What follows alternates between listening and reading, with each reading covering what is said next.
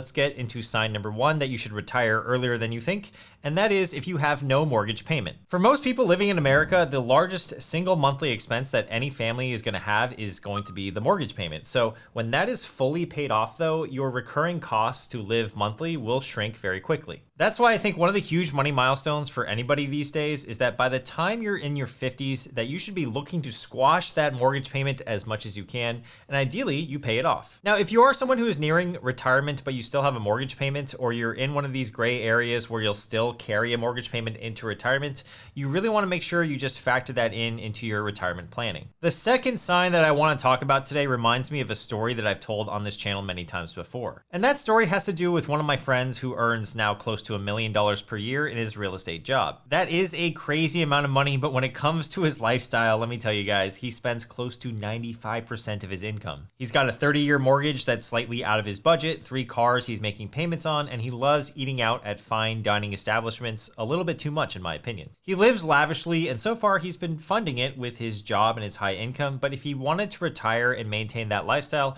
it would be incredibly difficult because he would need a nest egg of close to $25 million.